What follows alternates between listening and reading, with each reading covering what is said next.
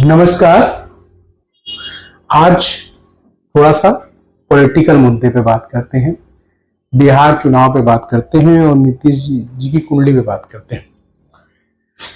नीतीश जी का जो जन्म है वो 1 मार्च 1951 को जन्म है, दोपहर का जन्म है, मिथुन लगन में जन्म है।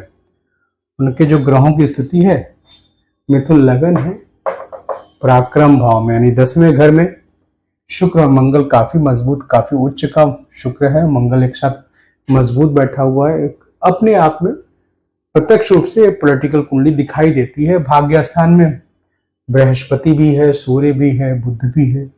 एक साथ इन ग्रहों की योग काफी है। केंद्र में शनि है, शनि हालांकि वक्री है, लेकिन अच्छा, अगर हम केवल लग्न चार्ट की बात करें तो एक अच्छी कुंडली उभर के आती है। लेकिन इसके अंदर की अगर हम नवमांसा की बात करें तो तुला का नवमांसा, मेरे समझ से टाइम रेक्टिफिकेशन करने के बाद मुझे तुला का नवमांसा समझ में आता है इनके ऊपर। तो उसके हिसाब से जो सिबलिंग्स वगैरह पर देखते हैं तो उसके हिसाब से देखें तो तुला का नवमांसा लग्न में ही शुक्र आ जा रहा है, बहुत अच्छे पोजीशन पे। शनि छठे हैं जो आपके पराक्रम भाव पर रिफ्लेक्ट कर रहा है, कर्म भाव पर रिफ्लेक्ट कर रहा है। शनि पंचम भाव का स्वामी हो रहा है तो गंभीरता देता है, डिप्लोमेसी देता है, और जिस ऊंचाई पे हैं वो इस नवमांसा के बिना संभव भी नहीं। तो ये पोजीशन भी रिफ्लेक्शन दे रहा है कि हाँ ये है, और काफी मजबूत कुंडली है। और बहुत ज्यादा हम पीछे की चीजों पर ना कि कब कब क्या अचीव किए तो उस पर जाने से कोई मतलब नहीं। हम पर्टिकुलर केवल करंट चुनाव मुद्दे पे बात करने जा रहे हैं। तो बेसिकली इस कुंडली की जो करंट पोजीशन, जो ये ग्रहों की स्थिति, वो काफी अच्छा, काफी मजबूत दिखाई दे रहा है। अब बात करते हैं जो इनके गोचर की स्थिति की बात करें तो गोचर जो 6 नवंबर को चुनाव होने वाला है, अगर चंद्र कुंडली को मान के गोचर देखें तो आपका राशि में ही उस समय मंगल होगा, 6 तारीख को बुध होगा। मंगल चूंकि 6 डिग्री के आसपास का होगा, शनि के ही नक्षत्र में होगा। बुध भी शनि के नक्षत्र में होगा। शनि पंचम भाव में है, वो बृहस्पति के नक्षत्र में वक्री है, और 12वें घर में सूर्य और शुक्र हैं।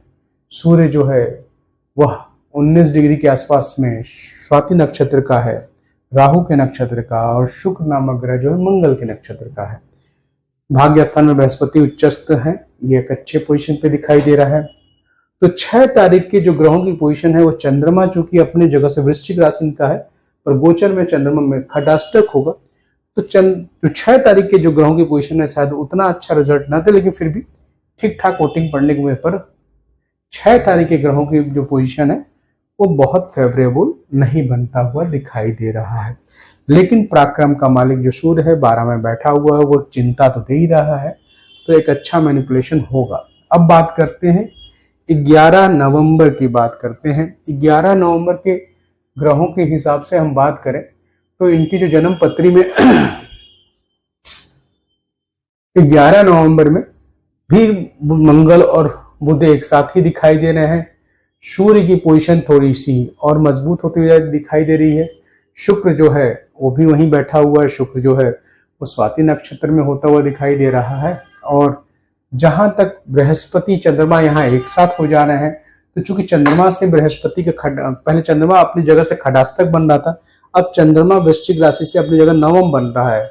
चूंकि राशि इनका वृश्चिक है, तो 6 तारीख को जो मूल त्रिकोण इस जगह से बनेगा वो एक अच्छा पोजीशन दिखाई दे रहा है। तो कहीं ना कहीं 11 तारीख के जो ग्रहों की पोजीशन है वो ज्यादा अनुकूल दिखाई दे रहा है। दूसरी बात हम बात करें तो इनका जो मूलांक है वो वो 1 है, और भाग्यांक जो है इनका 2 है। अगर उसके हिसाब से भी देखें तो हमें 11 तारीख ज्यादा समझ में आता है कि हाँ उस दिन वोटिंग की संख्या आज। दूसरी बात यह है इनकी जो जन्म पत्री में वर्तमान में राहु की महादशा चल रही है, शुक्र की अंतर्दशा चल रही है।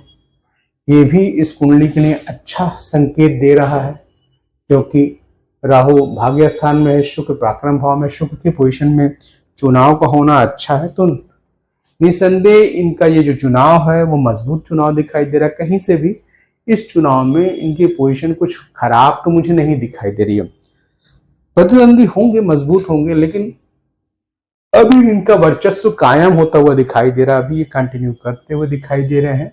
इसमें कहीं कोई, ये बात अलग है कि 2027-28 के आसपास का जो समय होगा जब शनि नामक ग्रह वर्तमान में गोचर से मेष राशि में चला जाएगा और इनकी राशि वृश्चिक राशि से खटाष्टक योग होगा, तब इनके पद में कोई परिवर्तन, कोई बदलाव की स्थिति होगी। लेकिन फिलहाल अभी हमें नहीं लगता है कि इनकी वर्तमान राजनीतिक स्थिति में कोई परिवर्तन दिखाई दे रहा है। ये इनकी एनडीए का जो सरकार का गठन होगा, इनकी पोजीशन एज इट इज बनी रहेगी।